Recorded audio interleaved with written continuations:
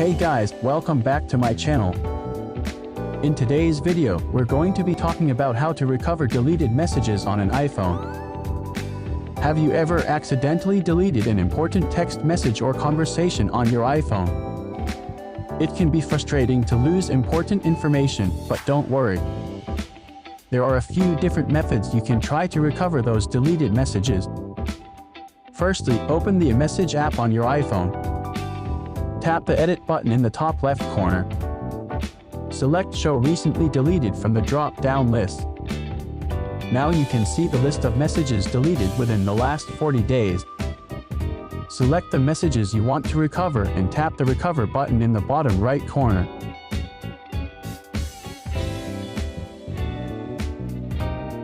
While your deleted text messages have been recovered, now you can find them on the Message app.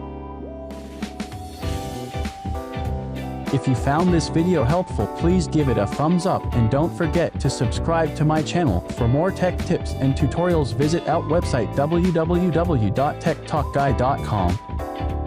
Thanks for watching.